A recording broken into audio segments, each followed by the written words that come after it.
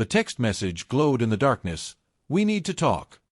3 innocent words that unraveled her world. This is betrayal trauma, not just heartbreak, but a seismic psychological injury rewiring brains, ravaging bodies, and leaving survivors gasping for air in relationships they no longer recognize. Dr. Doug Weiss, a veteran therapist who spent 30 years in the trenches of broken vows, steps into the storm with uncomfortable truths and radical healing strategies. When trust implodes, the damage registers on MRI scans. Betrayal trauma physically alters brain structures, shrinking the hippocampus while enlarging the amygdala. Survivors describe feeling hollowed out, but the carnage spreads further.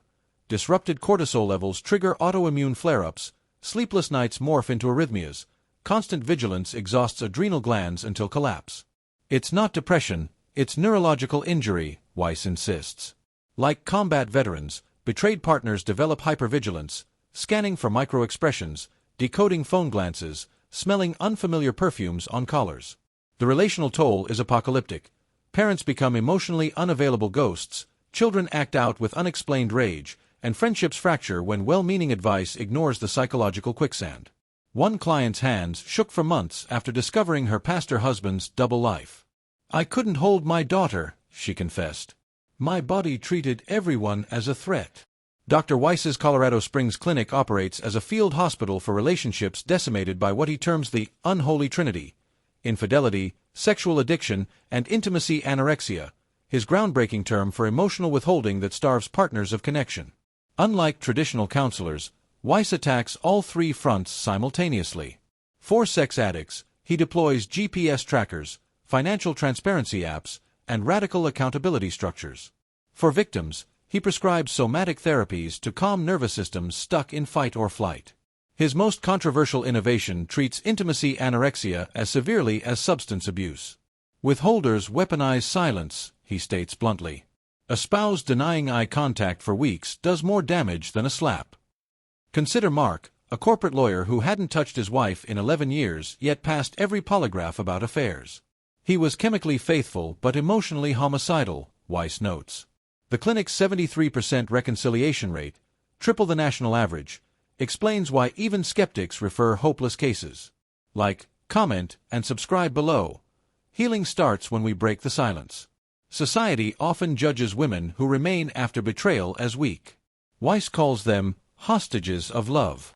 His research reveals 3 invisible chains: biological bonding, where oxytocin creates addiction-like attachment to abusers; financial terror, where 68% of stayers lack independent resources; and spiritual extortion, where religious women fear failing God by divorcing. Sarah's story typifies the trap. After catching her CEO husband with an intern, she stayed for the kids while enduring nightly panic attacks. When she developed alopecia from stress, he mocked her bald patches. "Leaving meant losing my home, school community, and identity," she explains.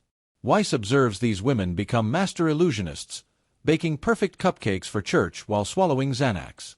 The cost manifests as crippling autoimmune diseases, psychotic breaks, or what he terms soul suicide, the systematic erasure of one's desires. His clinic's first intervention isn't therapy but practical escape plans: hidden bank accounts, encrypted documentation, and rehearsed 911 codes. "You can't heal while still taking bullets," he warns.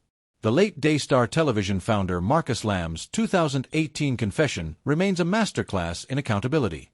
Before millions of viewers, Lamb stated, "The blame rests entirely on me. No demonizing his wife Joni, no vilifying his mistress, not even blaming spiritual forces." Weiss uses this footage in men's groups to shame deflectors. Most guys say, "I messed up, but my wife nagged / my job stressed / she tempted me." Lamb's raw ownership was revolutionary. He disclosed his 18-month affair unprompted, resigned temporarily, and submitted to an oversight board controlling his schedule and finances. Crucially, he acknowledged Joni's trauma symptoms, something Weiss says 92% of cheaters ignore. The result? Unlike typical televangelist scandals ending in divorce, the Lambs reconciled until Marcus's death. His confession wasn't performative, Weiss emphasizes. He wept real tears for her pain, not his consequences.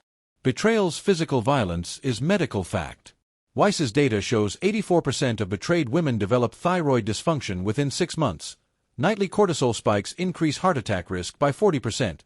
Gut microbiomes shift toward inflammation-linked bacteria. Why? Asks neuroscientist Dr. Elena Rodriguez. The partner who should regulate your nervous system becomes its attacker.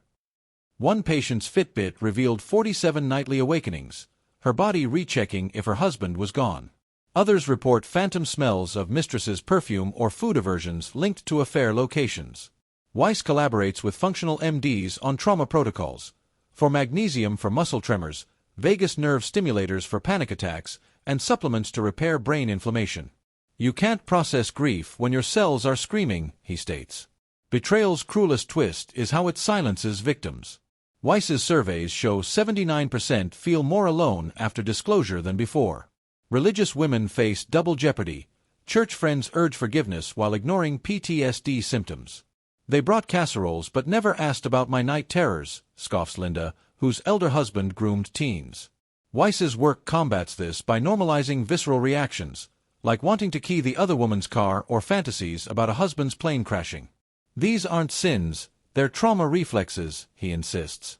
His group therapy sessions include controlled rage release and mapping physical pain locations. One woman outlined her uterus where stress caused fibroids during her husband's baby talk with his mistress. Weiss's post-Marcus involvement with Joni Lamb ignited controversy. Critics questioned boundaries when he co-officiated Marcus's funeral, publicly verified burial details, and appeared increasingly alongside a gaunt Joni in 2022. Conspiracy theories exploded when Joni rapidly married Weiss's friend months later. Coincidence? Scoffed watchdog blogs.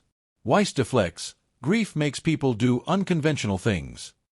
But former clients whisper concerns about his references to a famous widow's progress during sessions. Defenders counter that he prevented her suicide after Marcus died. The optics remain complex, particularly Weiss's physical transformation contrasting Joni's visible frailty during joint appearances. Healing demands what Weiss calls structured bravery.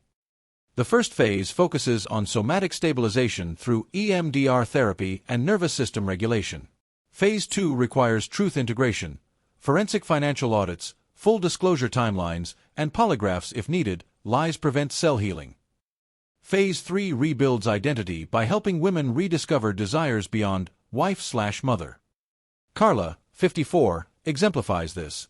After her deacon husband's secret life exposure, Weiss assigned hedonism homework, salsa classes, solo road trips, rediscovering personal joy. I'd forgotten I loved anything, she marvels. For reconciling couples, Weiss mandates dissecting past insincere apologies and vulnerability exercises like sustained eye contact. It's harder than sex for intimacy anorexics, he observes. Betrayal trauma's legacy isn't just broken relationships, it's shattered faith in humanity's goodness. Weiss's work reveals uncomfortable truths, that the spouse who tithes faithfully may gaslight you about missing savings, that the parent coaching soccer may be sexting during halftime, that love itself can become a neurological trap. Yet within the wreckage, he finds defiant hope. The healing journey resembles bomb disposal. Every step risks detonation. Survivors must defuse lies, societal shaming, and their own biology screaming for familiar attachment.